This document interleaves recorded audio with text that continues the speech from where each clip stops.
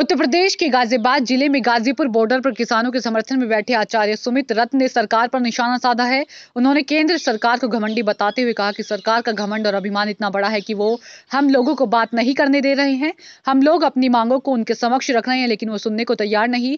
आचार्य सुमित रत्न ने आगे कहा कि सरकार ने अडानी अंबानी के हाथों अपना जमीर तक बेच दिया है। किसानों की कोई भी बात सरकार नहीं सुन रही है।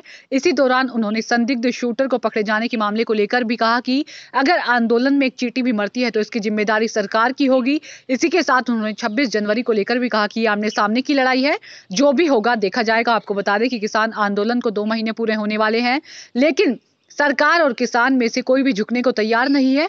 किसान इन कानूनों को रद्द कराने की मांग पर अड़े हुए हैं। गाजीपुर बॉर्डर पे आप मौजूद हो, क्या है, किस तरीके से आप अनिश्चितकालीन धरने पे बैठे हुए हैं, क्या लेकर के?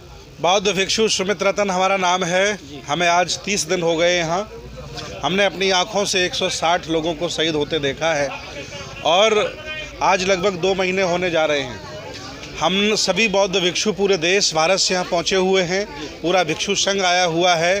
तथागत बुद्ध, बाबा साहब, डॉक्टर अम्बेडकर, रविदास, कबीर के सभी हम लोग अनुयायी हैं और हम लोगों ने निर्णय किया है जब तक ये अहंकारी सरकार अपने बिल तीनों वापस नहीं ले लेगी और एमएसपी पर गारंटी का कानून बना के किसानों को नहीं देगी, तब तक हम वापस जाने वाले नहीं हैं। ऐसा निर्णय हमने लिया है। ये बताएं कि सरकार तो बिल को वापस लेने के लिए 1.5 साल के लिए समय टाल दिया गया है, लगभग मांगे भी लगभग पूरी हो गई, उस पर क्या कहना है?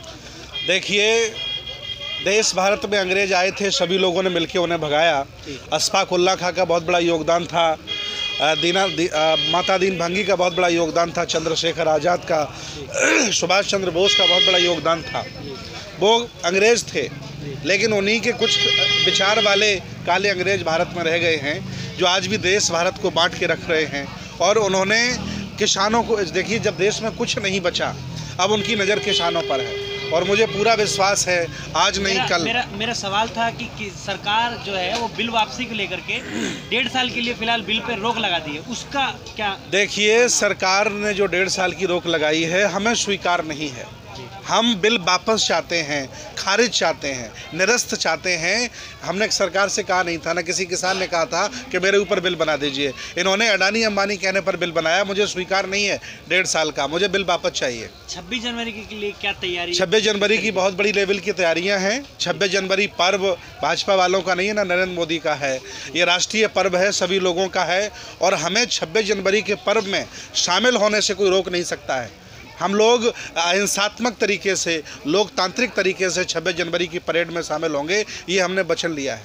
दिल्ली पुलिस की तरफ से भी पूरी तरीके से तैयारी है, सुरक्षा को लेकर बात करें और मैं आपको बता दूं कि दिल्ली पुलिस की तरफ से बिल्कुल इनकार कर दिया गया है कि आप लोगों को एंट्री दिल्ली में नहीं दी जाएगी। देखिए, दिल्ली पुलिस जो कह रही है वो उनका अधिकार है कहने का, लेकिन मैं आपको बता दूँ, सरहद पर लड़ने वाले किसानों के बच्चे हैं, दिल्ली पुलिस में, पीएसी में किसानों के बच्चे हैं।